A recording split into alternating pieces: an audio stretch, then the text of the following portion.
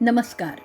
आपण ऐकतोय पुष्पाताई नाईक लिखित संत जनाबाईंचे सार्थ अभंग आणि अर्थ या पुस्तकाचं प्रकाशन केलेलं आहे आशिदा प्रकाशन. आज आपण अभंग घेणार आहोत 136 ते 140. प्रथम आपण 136वा अभंग ऐकूयात. लेलो लागला आंबेचा विठाबाई आनंदीचा, आदिठाणे पंढरपूर नांदे कान्हाई सुंदर. गोणाईने नवस केला देवा पुत्र देई भला, शुद्ध देखुनिया भाव पोटी आले नामदेव. दामाशेटी हरुषला दासी जनीचा आनंद झाला, दासी जनीचा आनंद झाला.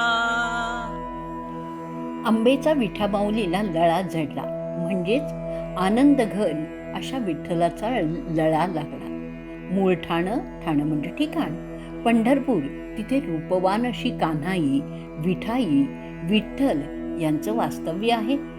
गोणाईने विठ्ठलाला मला मुलगा होऊ दे असा नवस केला आणि तिचा शुद्ध भाव पाहून विठ्ठल कृपेने तिला मुलगाही झाला, ज्याचं नाव नामदेव असं तिने ठेवलं होतं. पुत्रप्राप्तीमुळे दामाशेठला म्हणजेच नामदेवांच्या पित्याला हर्षच झालेला आहे आणि दासी जनीसही आनंद झालेला आहे.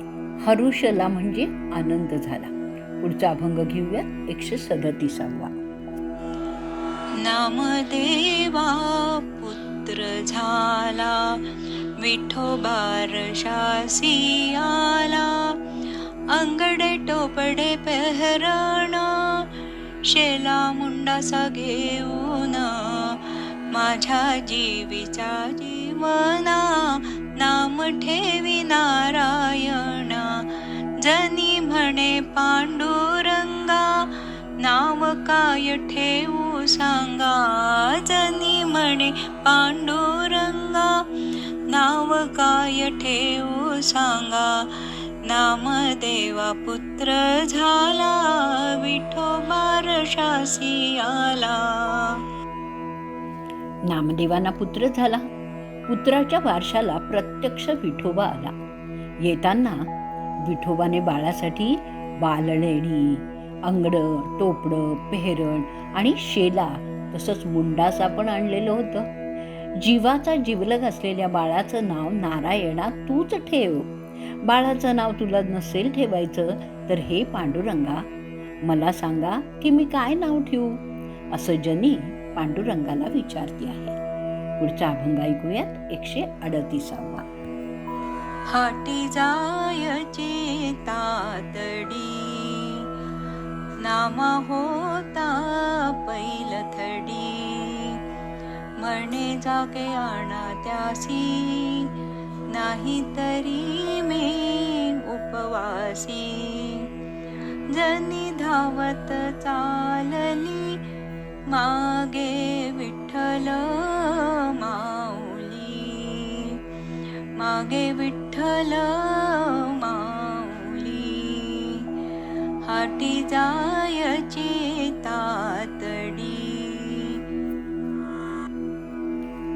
अर्थ: बाजार करण्यासाठी जाण्याची घाई झाली होती. त्यावेळी नामा पैलथडी होते. नामाला पैल तीरावरून जर आणलं नाही तर मला उपाशीच राहावं लागेल आणि म्हणून नामाला बोलावून आणण्यासाठी जनी धावत चालली असताना तिच्या मागोमाग विठ्ठल माऊलीही गेली. पुढचा अभंग ऐकूयात 139वा. पुंडलिका पाशी नामा उभा कीर्तनासी. येऊनिया पांडुरंगे स्वये टाळ धरी अंगे. गाऊ लागे बरोबरी नाही बोलायची ओरी. स्वर देवाचा उमटला दासी जनीने ओळखिला. स्वर देवाचा उमटला दासी जनीने ओळखिला. पुंडलिका पाशी नावा उभा कीर्तनासी. पुंडलिकाजवळ कीर्तन करण्यासाठी नामदेव उभा राहिला. तर त्याच वेळी पांडुरंगाने स्वतः येऊन टाळ हाती घेतलाय. स्वतः बरोबरीने गाऊ पण लागलेला आहे. दासीजनीने देवाचा उमटलेला स्वर बरोबर ओळखला. पुढचा अभंग ऐकूयात 140वा. ऐसी कीर्तनाची गोडी वैकुंठी होनी घाली होडी. आपण वैकुंठीच नसे भक्तापाशी जाणवसे. जनी म्हणे कृपानिधी भक्त भावाची मांदी शोधी. जनी म्हणे कृपानिधी भक्त भावाची मांदी शोधी. पांडुरंगाला स्वतः कीर्तनची एवढी गोडी आहे की तो कीर्तनाच्या ठिकाणी वैकुंठ सोडून धावत येतो. खरं तर वैकुंठात तो राहतच नसून भक्तांच्या जवळच तो राहतो. जनाबाई म्हणतायत की कृपानिधी असलेला पांडुरंग नेहमीच भक्त भावांची मांदियाळी शोधित असतो.